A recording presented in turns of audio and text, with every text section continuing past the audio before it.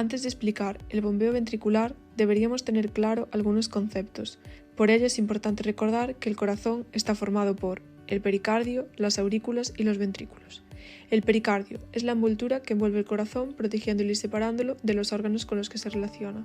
Las aurículas son las cavidades del corazón situadas sobre cada uno de los ventrículos que reciben la sangre de las venas. Por un lado tenemos la aurícula derecha, que es estrecha y alta, y es la que recibe la sangre venosa. Y por otro lado tenemos la aurícula izquierda, que es ancha y horizontal y es la que recibe la sangre oxigenada. Luego contamos con los ventrículos, que son cavidades de la parte inferior del corazón que reciben la sangre procedente de las aurículas y están formados por los orificios auriculoventriculares y los orificios arteriales. Los orificios auriculoventriculares son la válvula auriculoventricular derecha, conocida como la válvula tricúspide, y la válvula auriculoventricular izquierda, conocida como válvula mitral. Los orificios arteriales son, en el ventrículo izquierdo, la válvula aórtica y en el ventrículo derecho, la válvula pulmonar. Sin embargo, en este tema nos vamos a centrar en el ventrículo izquierdo y es importante saber lo que es el ciclo cardíaco. Se trata de una sucesión ordenada de movimientos del corazón que se repiten con cada latido cardíaco y consta de dos fases, la sístole y la diástole. La sístole es el periodo del ciclo cardíaco en el que se produce la contracción del tejido muscular del corazón, y la diástole es el periodo del ciclo cardíaco en el que el corazón se relaja y los ventrículos se llenan de sangre. Es fundamental conocer el procedimiento de creación de la gráfica centrándonos en la propia gráfica que vemos en pantalla. Por un lado tenemos la curva de presión diastólica, representada con la línea azul, y por otro lado la curva de presión sistólica, representada con la línea verde. La curva de presión diastólica, línea azul, se determina llenando el corazón con volúmenes de sangre progresivamente mayores y se mide la presión diastólica antes de que ocurra la contracción ventricular, es decir, la presión telediastólica del ventrículo. Y la curva de presión sistólica, línea verde, se determina midiendo la presión sistólica que se alcanza durante la contracción ventricular en cada volumen de llenado. Como podemos observar, estamos ante el diagrama de volumen-presión durante el ciclo cardíaco. El rendimiento del trabajo cardíaco es representado por la línea roja, que forma el diagrama de volumen-presión del ciclo cardíaco durante el funcionamiento normal del ventrículo izquierdo. Se divide en 4 fases. La primera fase se trata del periodo de llenado y está representada con la línea verde. Comienza con un volumen ventricular de aproximadamente 50 ml y una presión diastólica de 2 a 3 milímetros de mercurio. Dicho volumen es el denominado volumen diastólico y permanece igual después del latido anterior. La sangre venosa fluye hacia el ventrículo desde la aurícula izquierda, por lo tanto el volumen telediastólico aumenta, pasa de unos 50 ml a unos 120 ml y la presión diastólica también aumenta, aproximadamente de 5 a 7 milímetros de mercurio. La segunda fase es el periodo de contracción isovolumétrica, representado en la gráfica con la línea de color morado. El volumen del ventrículo no cambia porque todas las válvulas están cerradas y hay una mayor presión dentro del ventrículo para igualar a la presión de la aorta, 80 milímetros de mercurio aproximadamente. La tercera fase es el periodo de eyección, que corresponde en la gráfica con la línea roja. Durante la expulsión hay una mayor presión sistólica, ya que el ventrículo se contrae más. Disminuye el volumen del ventrículo debido a que la válvula se ha abierto y la sangre fluye desde el ventrículo hacia la aorta. La fase cuarta y la última es el periodo de relajación isovolumétrica que se observa con la línea amarilla. La válvula aórtica se cierra y la presión ventricular vuelve al nivel de la presión diastólica. No hay ningún cambio de volumen y el ventrículo vuelve a su punto de partida, aproximadamente unos 50 ml de sangre en el ventrículo y una presión de 2 a 3 milímetros de mercurio. Por otra parte, también es importante saber, como podemos observar en la gráfica, que el área sombreada es la producción neta de trabajo externo del ventrículo durante su ciclo de contracción. Si hay mucho bombeo, el diagrama es más grande, es decir, se extiende más hacia la derecha, debido a que el ventrículo posee mayor sangre durante la diástole. Este proceso se observa con facilidad en la gráfica expuesta.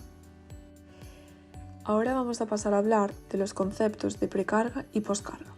Estos son dos componentes importantes del trabajo del corazón y están relacionados tanto con el ciclo cardíaco como con la función del ventrículo.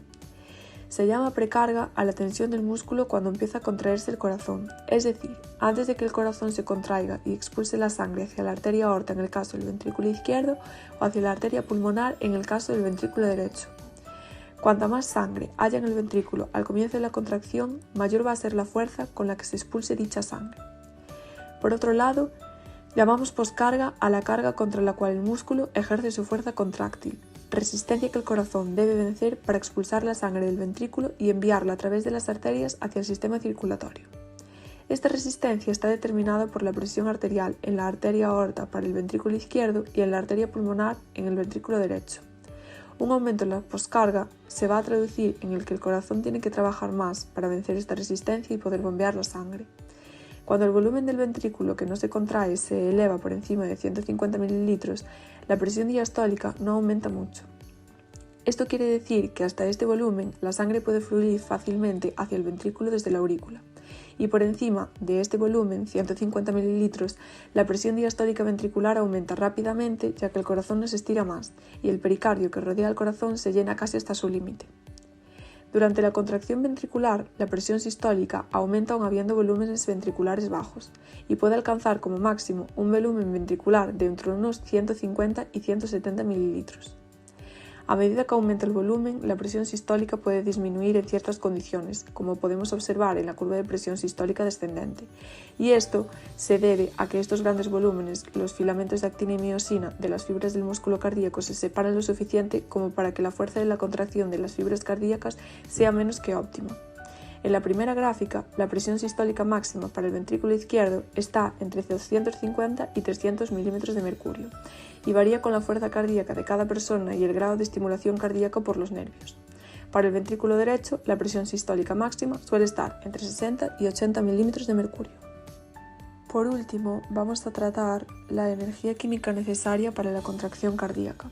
Tanto el músculo cardíaco como el músculo esquelético van a utilizar la energía química para la contracción y esta va a provenir del metabolismo oxidativo de los ácidos grasos en un 70-90% y de otros nutrientes como la glucosa y el lactato en un 10-30%.